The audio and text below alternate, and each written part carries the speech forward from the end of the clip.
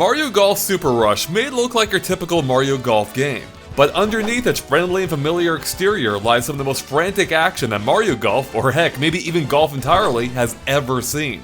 With 2 new action-packed modes, an in-depth single-player campaign, and freaking Pauline, Charge and Chuck, and King bob-omb joining the roster, well, there's a lot to unpack here. But is it enough to justify the almost 20-year wait for the series to finally return to consoles? Well, let's find out in GameXplain's in-depth review of Mario Golf Super Rush. And let's kick things off, or hit things off, I've never been good at sports analogies, with Speed Golf, which is arguably the biggest new addition. Here, everyone swings at the same time before racing after their ball to hit it again, all in hopes of being the first to land it in the hole. You want to be quick, but also careful, as each stroke adds a 30-second penalty, which encourages quick but cautious play. Though it can be a little difficult to keep that second part in mind when you see a legion of bob-ombs rushing their leader to the pin, which is just one of the many special dashes you'll see in the game. A stamina meter governs how long you can dash for, with a special dash depleting it especially quickly. But it massively boosts your speed while letting you knock opponents out of the way. Every character is slightly different, both in speed and the exact movement pattern, but they're always a delight to watch. Wario jetpacking around is a definite standout. And I have to say, it's quite satisfying using it to bowl over your opponents while on the way to your own ball. But it would have been nice to be able to look behind you instantly so you can try and avoid becoming a victim yourself. The catch to the special dash is you turn it out as well as a freight train when using it, and you can't cancel out of it either, which means you might find yourself barreling well past your ball if your timing or aim is off, which will force you to backtrack and lose precious seconds. The general lack of control over it can be frustrating, especially when you factor in the arbitrary jumps that automatically happen during it, which can result in you hopping right over your ball or other course collectibles, like the coins that power up your special shots, or the hearts which replenish your stamina. And it hits peak annoyance when you activate it by mistake, or when facing the wrong direction, which can send you seconds out of your way. It certainly adds a risk factor using the special dash, but the end result can be frustrating due to the limited controls. Despite these quirks, Speed Golf is otherwise brilliant. It will transform how you think about golf, encouraging snappy but smart decisions, mixed with some light platforming action as you dash and jump your way across the fairway and around enemies and other hazards in order to be first. There's never a dull moment during Speed Golf, which is pretty impressive for a sport that's well known for its downtime. It actually makes going back to standard golf in the game feel weird and slow by comparison, though there's absolutely still a place for that more measured, less stressful experience. Speed Golf probably won't be for everyone, but it is a truly novel addition that adds an exciting new element to a time-tested sport. And everything I've just said is also true for the second major new mode, being Battle Golf. Except this one cranks the intensity up to 11. Here you compete in a custom-built arena to be the first one to land the ball in 3 of the 9 open holes. But since you can only claim each hole once, it quickly turns into a mad dash for the ones that are left, with the battle for the last hole usually amounting to complete chaos. Especially if you play with special shots turned on, which allow characters to launch devastating attacks that affect any nearby balls in the landing zone, such as by creating giant explosions or electrifying any nearby balls. Toggable random events also add to the chaos, such as with a barrage of bombs that might parachute in, or everyone's ball being turned into a Yoshi egg. Yeah, that one's pretty annoying. It all amounts to a mode that's super fresh and fun. Unfortunately, the fact that there are only 2 courses at the time of this review, and both within the same stadium setting, definitely limits its replayability. The flat blue color scheme is also visually off-putting, especially since it makes a water hazard pretty hard to discern, which really sucks when you spot it way too late. But on the whole, Battle Golf can be a complete blast, just one that's perhaps enjoyed most in short bursts. Now, if neither Speed Golf nor Battle Golf is quite your cup of tea, don't worry, because Standard Golf is back too, playing pretty much exactly as you'd expect it to. The slower, more methodical playstyle can be a nice change of pace from the pressure of always being under the gun in the other modes. Heck, it even takes a page from Speed Golf's book, now offering the option to let everyone swing at once too. No, it's not a race or anything, it just dramatically speeds up the pace of the game since you no longer have to wait for the other players to finish their turns first. And this is a truly fantastic option, potentially reducing a game's length to just a quarter of what it would normally be with 4 players. Yeah, it's huge. The downside to that option, along with the entirety of Speed Golf and Battle Golf, is that they're all limited to just 2 players and playing on the same screen. Although you can play with 4 players locally if you have multiple Switches and copies of the game. But that's an unfortunate encumbrance as multiplayer is truly where Mario Golf shines, so it's a bummer that 4-player split screen isn't supported. Now of course, Standard Golf works just fine with any amount of players when taking turns, even allowing you all to share a single controller, which is nice. And every mode, except for the single-player campaign, works online too, and pretty well in my experience, allowing for up to 4 players to compete at a time. In my several hours of playtesting, most games ran close to flawlessly, with only the occasional stutter or rare instance of lag popping up. But as always, your experience may vary. And while the game does support both public and private lobbies, you have to create a new room anytime you want to switch modes, which is a little annoying. Now, what would a Mario Golf game be without exotic locations to play in? Like a country club, or a lake, or a desert, or a forest? Wait a sec, this isn't the Mushroom Kingdom I know and love.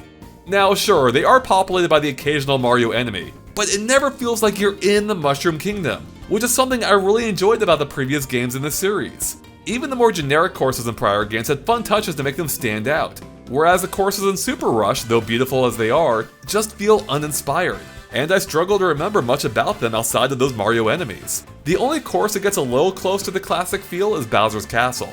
While the graphics truly do look great, with subtle details like trees that shift in the breeze, it all skews perhaps a little too realistically for the Mushroom Kingdom setting. Although to be fair, it does seem that more exciting courses may soon be on the way in the form of free DLC. But until then, I can only review what I've played. Now, when it comes to the actual swing mechanics, Super Rush is similar to past games, but also has some key differences. Aiming and power up your shot work almost the same way, with a timed button press dictating the strength of your shot. But you no longer have any direct control over its accuracy, which is now determined entirely randomly within the preset range based on the terrain, the club you're using, and the power of your shot. The stronger your swing, the riskier it gets, as indicated by the red zone on the meter. On the one hand, I like that it adds a risk versus reward element to your shot based on the immediate conditions. But on the other hand, it really sucks that you have literally no control over that outside of the parameters, as it can really screw you over at times, which can feel frustrating when it's through no direct fault of your own. It reminds me a bit of tripping in Super Smash Bros. Brawl. One change that I do love though is how the terrain slope is now reflected in the power meter, with it leaning one side or the other to show how your shot's trajectory will be affected by it. Genius! And you can try to offset the curvature by curving your own shots with a tilt of the control stick during your swing, which is way more elegant than before. But those elements aside, as a longtime Mario Golf fan, I found the overall interface to be a little subpar, especially as it obscures or hides useful information. Details about the wind speed and direction that used to be displayed by an easy-to-read on-screen boo is now relegated to a tiny box easily overlooked in the corner. Similarly, the game now only shows a series of vague arrows to indicate the pin's relative height difference, forcing you to use the annoying rangefinder in order to get the exact height. Super Rush also doesn't show a full outline of the ball's expected flight path in advance, making it harder to predict what exactly might happen when you hit the ball and which hazards might lie in its way.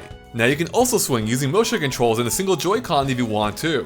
I tried it for a round, and I'm not sure whether it was my specific Joy-Con or what, but I ran into some major detection issues despite being just a meter or two away from the Switch, and it made for a very frustrating experience that I won't be trying again. Now, even though multiplayer might be the star of the show, Super Rush also includes a robust single-player campaign called Golf Adventure that comes complete with RPG-like leveling up mechanics. Here you play as a Mii that starts off as a rookie before hopefully becoming a master by playing in a variety of tournaments spread across the different regions. Although there are a few curveballs in there to make the story a little bit more interesting. The entire mode harkens back to Mario Golf's portable roots, with its light story and RPG-like progression, in which you even choose which specific attributes to improve. It's a clear step up from the shallow Castle Club in Mario Golf World Tour, and it makes a great first impression, offering impressively detailed hubs to explore alongside each of the courses, which include shops to explore and a plethora of NPCs to chat with, complete with dialogue that routinely refreshes. Granted, most of it isn't that important, but hey, the flavor text is nice. There's just a feel to the whole thing that can't help but describe as solid and chunky, which trust me is a very good thing. The hub areas in particular look beautiful and feature some really cute touches, like with Birdo being the camp mama. I also like the characterization of the fellow noobs that'll join you in part of the adventure, like how self-assured Toadette is. The adventure is surprisingly varied, with you exploring every corner of the kingdom playing in all kinds of tournaments, including different variants of speed golf and standard golf, along with an exclusive way of playing called cross-country, where the entire golf course is your oyster, but it's up to you to figure out how to land in a certain amount of holes within the limited amount of shots. It's actually super neat, and I wish the game explored the concept even more, particularly with how every hole on the course takes place within the same geographical space, which feels like a wasted opportunity outside of the 1 or 2 times that the adventure mode takes advantage of it. While the entire quest will run you about 10 hours or so, or possibly a bit less if you don't talk to every character like I did, there isn't a ton of depth to it. The overall progression is as linear as it gets, with the only variables being the gear that you equip and which skills you choose to power up. There are no side quests or really anything optional to explore at all, outside of NPC dialogue. And although the story has a few mild surprises in store, including things like actual boss battles, it fails to offer a satisfying climax, ending just when it feels like things are really starting to heat up.